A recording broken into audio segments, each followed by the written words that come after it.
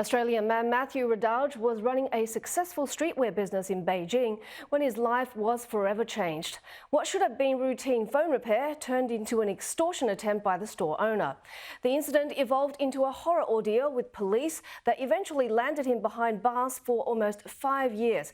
He was released last October. I spoke to him about his time incarcerated in China for an exclusive article on Sky News, and now Matthew joins me live to tell his story for the first time. Hi there, Matthew. I am so sorry for your immense suffering. So how did trying to fix your iPhone turn into almost 5 years in jail? Lei, good morning.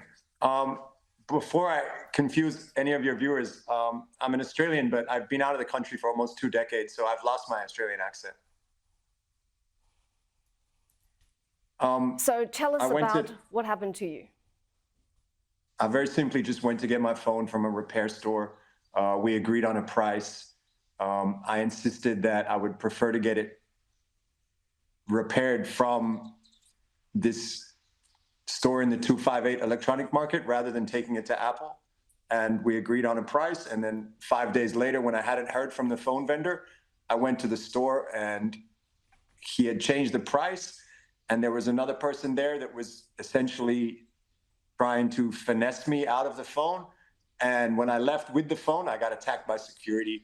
I got set upon, pepper sprayed, tasered, Fort Well, and was later arrested and charged with armed robbery.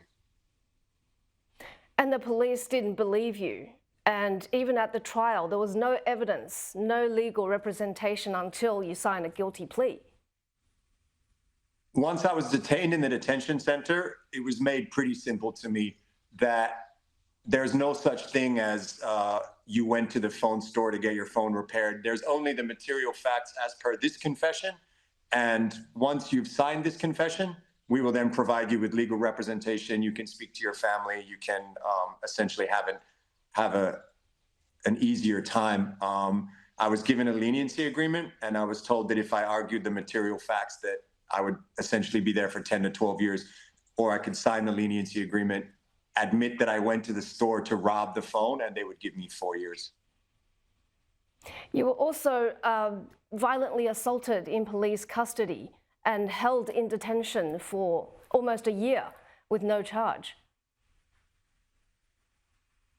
Yeah, when at the arresting police station, I was beaten pretty badly, and I was adamant that I could just use my phone and call a lawyer or call somebody that I knew in Beijing.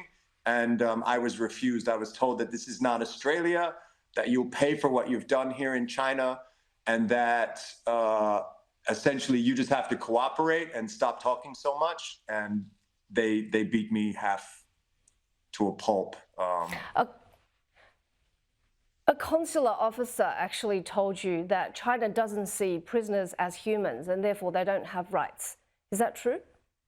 That's correct. And that information was relayed to my family when they finally got in contact with my family. Within that first year that I was in the detention center, I was told that China does have human rights, but you're a prisoner and prisoners don't have rights in China. So I essentially spent almost 1,700 days living as a non-human in the Chinese legal system. Tell us about your ordeal in prison, because the prison labor system is highly exploitative. You were paid $1 for 8 months of work. When I first read that, I thought it must be a typo.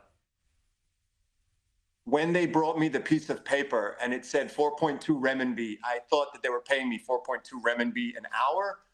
But I found out that for the 22 days a month, 8 hours a day, for the 8-month period, I'd been paid 4.2 renminbi total. And we were working for a medical company that was exporting their goods all around the world, and we were not given any protective equipment, and we were not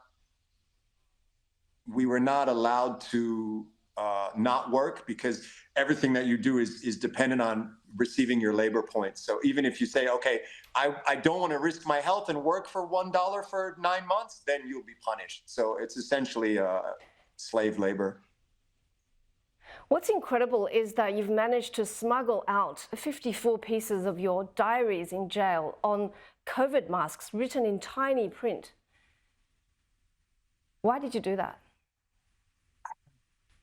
A couple of reasons. I felt that I was living through something that was important enough that needed to be shared with the greater community.